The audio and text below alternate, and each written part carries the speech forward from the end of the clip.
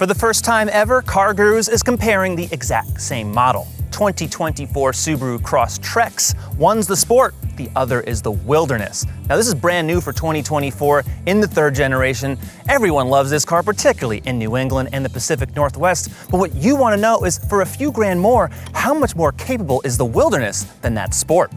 Let's find out. The Crosstrek is in its third generation, and these are brand new for 2024. It's also the first time that the Wilderness trim goes on the smallest Subaru. You've seen it before on the Forester and the Outback, and now it's on the Crosstrek.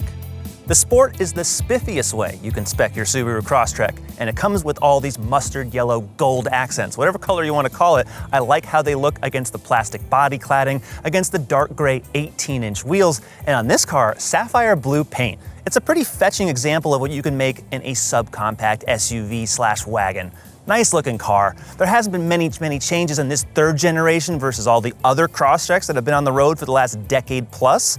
But you can tell the headlights are a little squintier, the wheel design's slightly different. It's the same clearance and all the capability and the same dimensions that you would expect. So even in this generation, from one car to the next, trim to trim, you know what you're getting.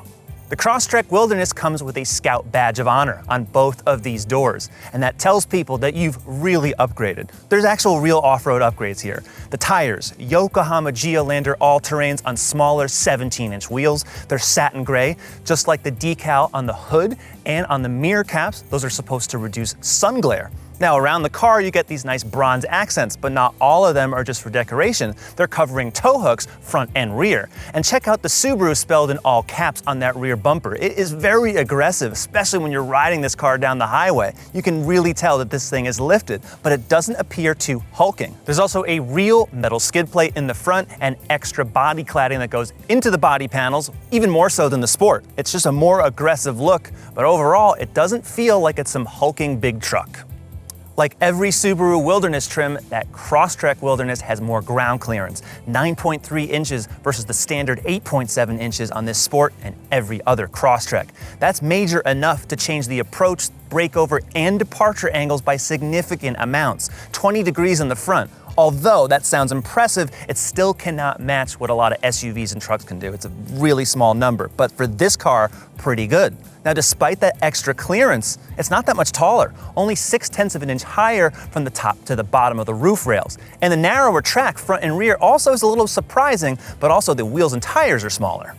The Wilderness has the more aggressive front end, a slightly different texture here, and it's also wrapped into that body cladding, which seems to suck into that red paint. Where on the Sport, it's very much distinguished and separated from the rest of the car. And when you look down further, you're noticing these tow hooks. Those are actual covers that you can rip them off and actually tow this car out, so they are not for decoration. And those LED fog lamps, a slightly different design. They had to have that Gatling gun military helicopter look versus the normal LEDs on this side.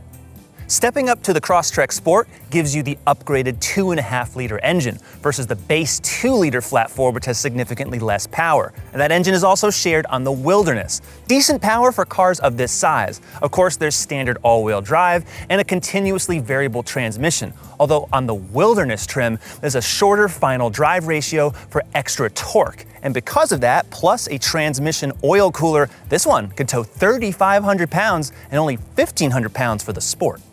And despite that extra towing, the Wilderness doesn't get as good fuel economy. Check out these numbers. The Sport cracks 30 mpg on the highway and the Wilderness does not. Again, it's due to that higher ground clearance and the shorter drive ratio. Cargo space, it's on the small side, as you'd expect. 20 cubic feet behind the seats and 55 when folded.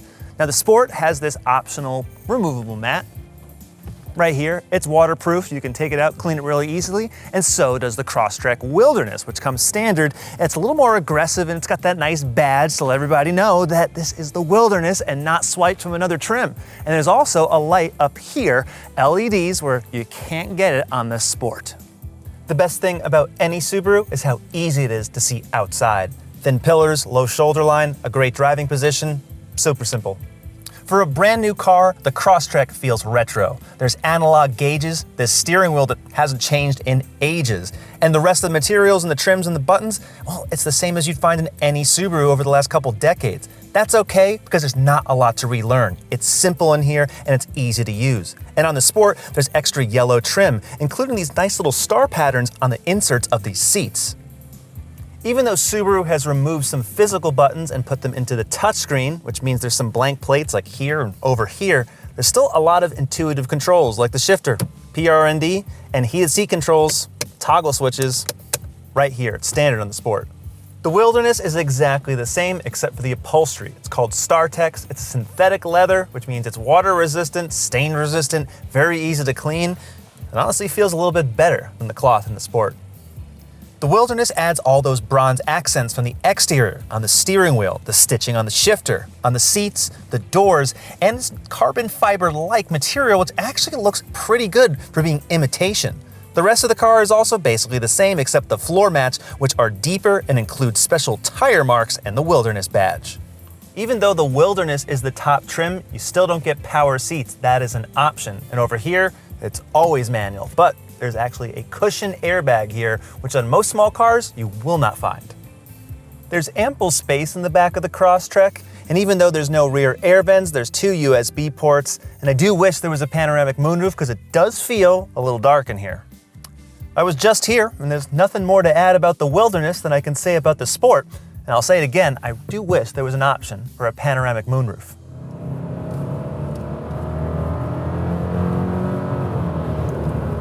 On-road, the Wilderness acts just like the Sport, with just some milder increases in wind noise.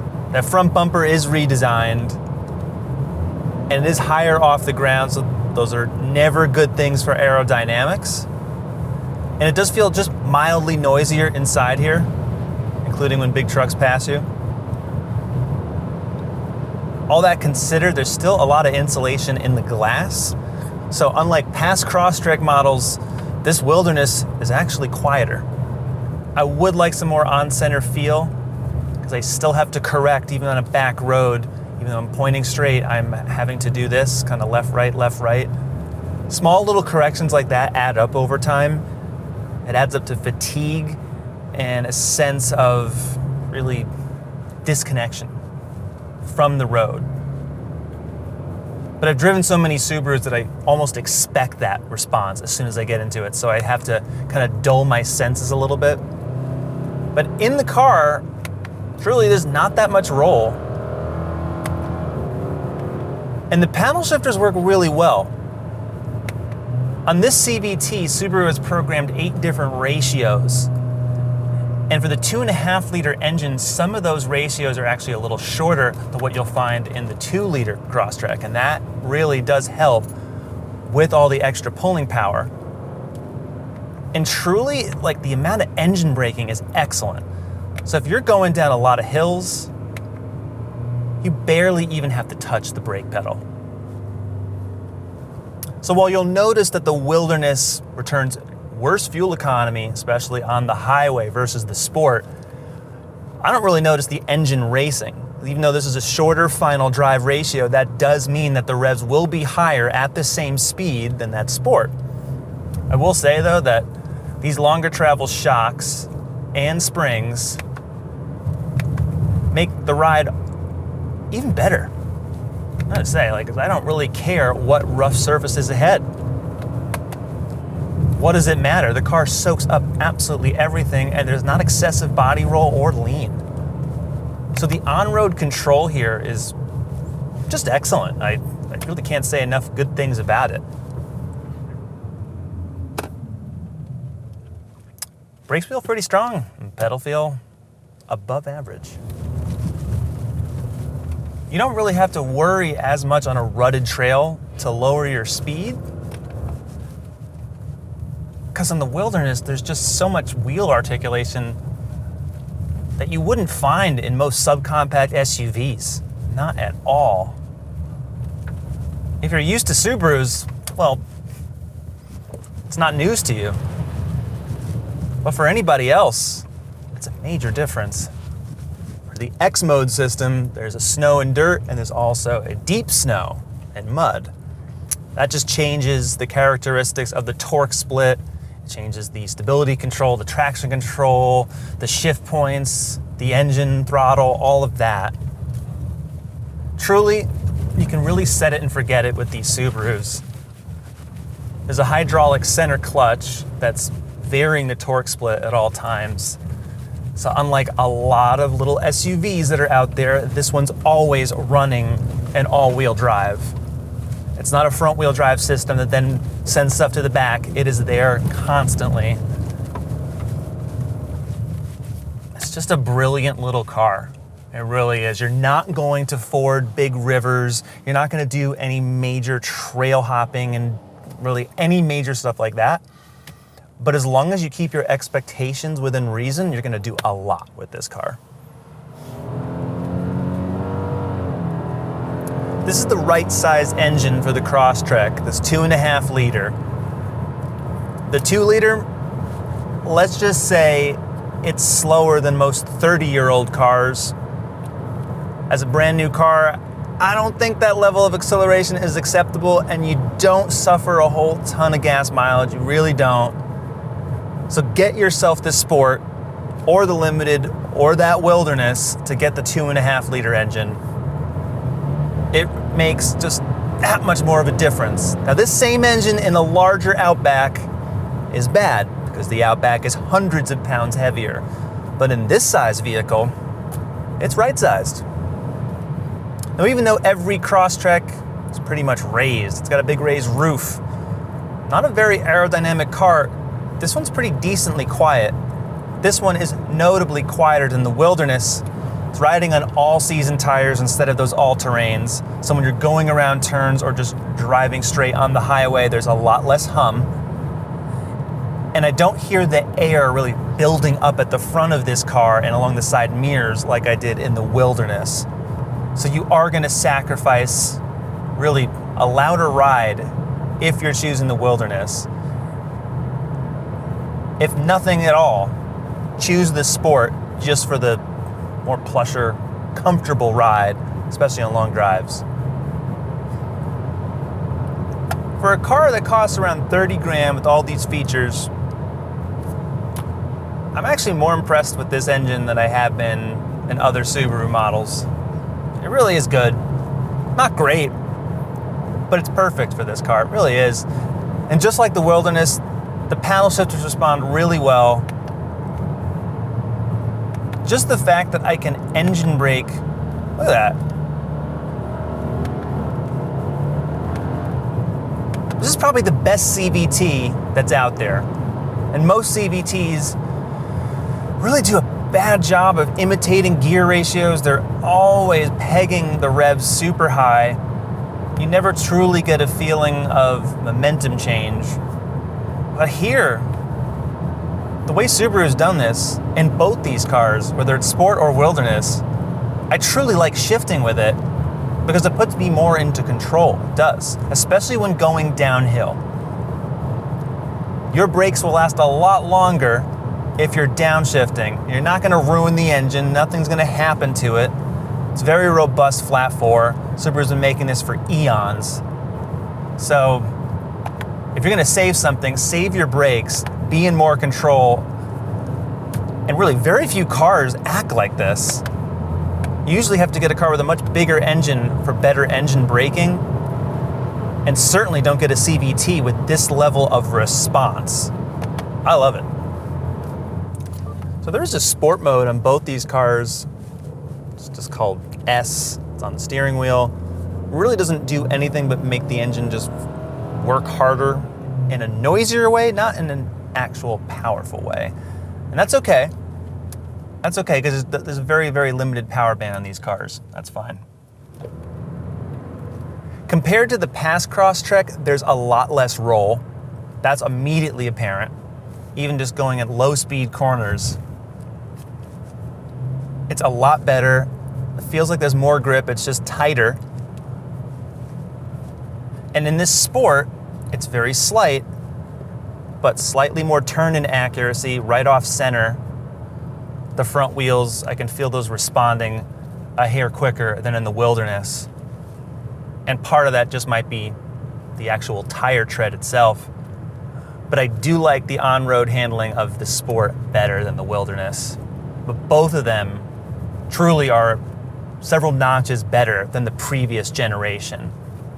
And they should be, because the previous generation and the one before that were quite a bit sloppy on road, to the point where I didn't think it was really as acceptable for a small car to feel that way.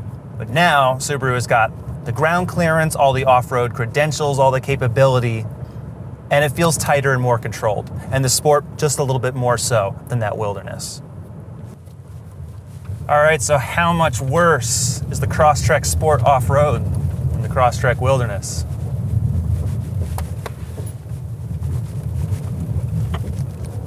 Oh, in terms of suppleness and control, there's not much difference. Really, the same great things that make the Wilderness so good are already in the Sport, because it's taking an already lifted car and just raising it further. But the Sport is plenty capable. So the way I'm driving on trails where there's not a whole lot of challenge, because you're not going to put these cars through crazy articulation like you would a bigger truck or SUV.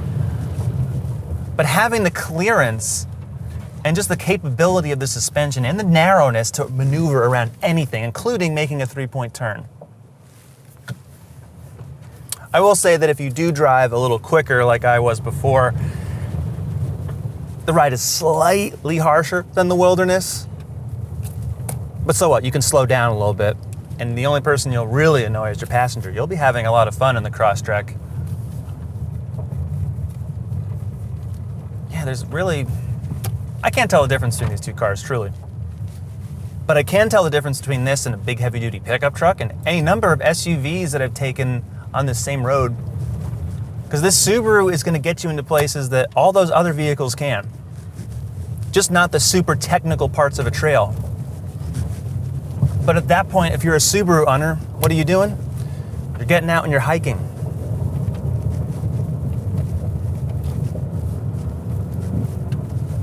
Yeah, these cars are brilliant. They are.